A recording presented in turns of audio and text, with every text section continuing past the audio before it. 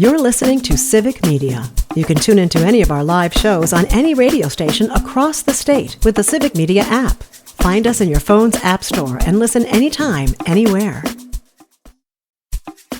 This is your WGBW Daily News Roundup for the Talk of Green Bay, 97.9 FM and 1590 AM. For 97.9 WGBW News, I'm Lisa Hale. 9-year-old Rose Elizabeth Hendricks of Green Bay was killed Monday when she was crushed by a tree that fell during a thunderstorm.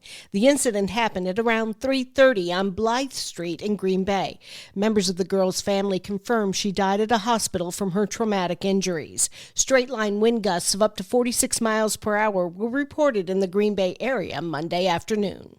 High winds and heavy rain did damage all across the state Monday, and a cold front is to blame. Now that's stalled across the state. And meteorologist Brittany Merlot has the details. Winds were clocked gusting up to 69 miles per hour at Southwood County Airport. Trees were torn down, tumbled on top of power lines, and laying across roads. And it didn't stop there. Trees were spread across parts of northwest Waushara County and Watoma, Wild Rose, Appleton, and Green Bay, where a traffic light was actually blown down in downtown. It was near the Tillman Bridge and blocked traffic. Then the flooding started, where in just 5 minutes, a quarter inch of rain fell, and in 30 minutes, well over a half an inch. Toma picked up 3.5 inches of rainfall, and Madison, 2.5. Heavy rain poured down in such a short amount of time, it caused a roof to partially collapse on Madison's east side at a Woodman's grocery store. Flooding was ongoing on many city streets, and even I-39-90 lanes had to be closed. And more rain is in the forecast for this week. And yes, it continues into Thursday, too. Remember, if you come across a flooded roadway, turn around, don't drown. I'm meteorologist Brittany Merlot. The Wisconsin State Patrol is conducting aerial enforcement in the greater Green Bay area tomorrow. According to a press release, aerial enforcement will take place on Interstate 43 through Brown County. Now, during aerial enforcement, law enforcement authorities monitor highways from the air, and they report traffic violations like speeding or aggressive driving to the patrol cars on the ground. The Wisconsin State Patrol officials say they announce aerial enforcement activities ahead of time, so residents are more likely to voluntarily comply with traffic laws. The rush continues for a state budget. It's due Monday, and there are fractures among the Republicans on top of tension between them and Governor Tony Evers. Savannah Tomei Olson has the story. Last week, talks broke down between Republicans in the Senate and Republicans in the Assembly, but the clock's ticking here. And now the governor says he will not sign a budget unless it includes money for child care counts. That was a pandemic-era subsidy that went to child care providers. It expires in this budget. Without it, up to a quarter of Wisconsin child care facilities could close. That's according to research commissioned by the state. Assembly Speaker Robin Vos says Republicans' plans do not include child care counts. We're already doing things on childcare, so I feel like a lot of that isn't necessarily focused on the details. It's more on the broad picture. But look, I know we're going to make investments in trying to help make sure that parents have access to childcare. But Vos says those investments would not include payments to childcare providers. Our caucus has been pretty steadfast in saying we are not just going to write checks out to providers, just like you don't write a check out to the person who owns a grocery store to lower the food costs. Corinne Hendrickson, a family child care provider, was on Matt and Air on Air responding to that grocery store analogy. And I thought to myself, we're the farmers in this situation, in this scenario. We're not the grocery store owners. We don't sell the children. We are the farmers. And we subsidize farmers and ag like crazy so that people can afford and access food. So we are the exact same situation. So far, there are no meetings scheduled for the Joint Finance Committee this week. The committee would have to pass a budget plan, then that would go to the full legislature for a vote before it could head to the governor. For Civic Media News, I'm Savannah Tomei Olson.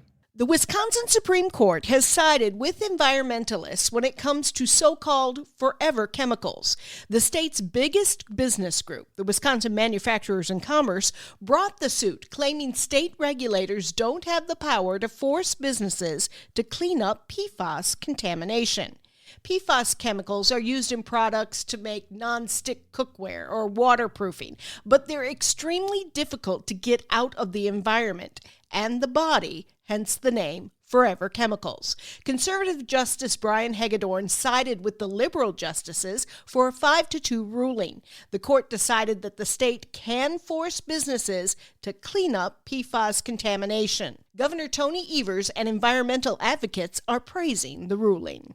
The Wisconsin Department of Public Instruction has launched a new resource aimed at highlighting the impact of community learning centers. The new interactive tool shows nearly 170 community learning centers across the state that offer social, academic, and creative enrichment opportunities. The tool also features data showing improved attendance, increased engagement in classes, and better grades for students who utilize the community learning centers, as well as information on proposed changes to critical federal funding for the programs.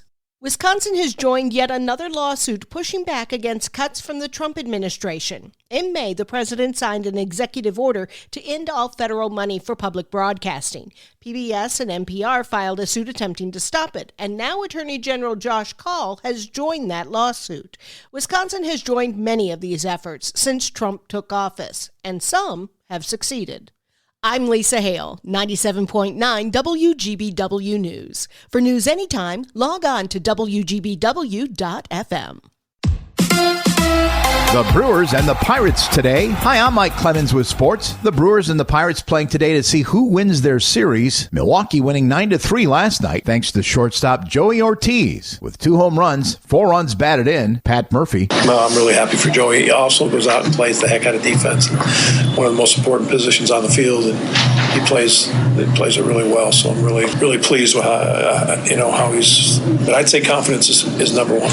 Basketball. Round 1 of the NBA draft is tonight. The Bucks don't have a pick until tomorrow night in the second round. NFL, former Packers and Jets quarterback Aaron Rodgers is now with the Steelers and was on the McAfee show asked, will this be his final year? Yeah, I'm pretty sure this is it. That's why we just did a 1-year deal. Steelers didn't need to put any extra years on that or anything. So, this was really about finishing with a lot of love and fun and peace. Great guys in the city that, expects you to win. That's Aaron Rodgers with Sports. I'm Mike Clemens. On your entertainment beat, I'm Pete Schwaba.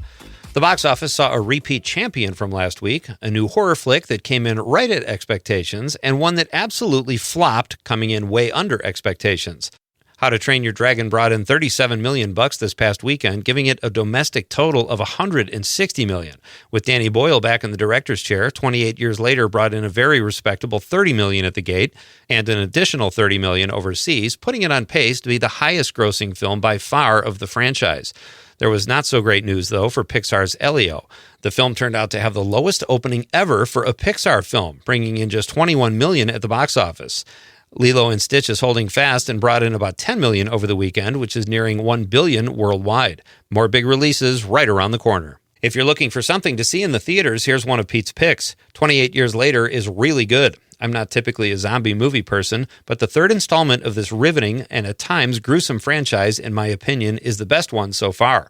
The film opens on a small island with people who have survived the rage virus and starts with a father and son going to the mainland. They barely make it back, but the son decides to take his mother back to the mainland after learning there is a doctor there who could possibly cure her unknown illness. If you like zombies or just great suspense, check it out. Speaking of the undead, Norman Reedus' The Walking Dead spinoff Daryl Dixon has a third season headed our way.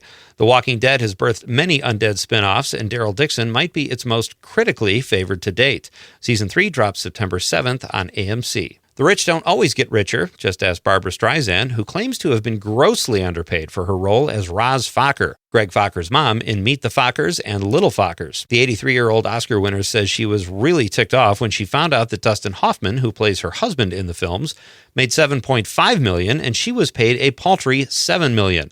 If you're scoring at home, Hoffman has 2 Oscars for acting. Streisand has only 1. It's a bit unfair, but not like she'll have to supplement her income with a paper route. Just saying. Weekend 1 is in the books, but you still have 2 more weekends to check out Summerfest in 2025. Shows resume this Thursday, June 26, with acts like Willie Porter, the Psychedelic Furs, Local H, Billy Corgan and the Machines of God, the Mavericks, and the Killers.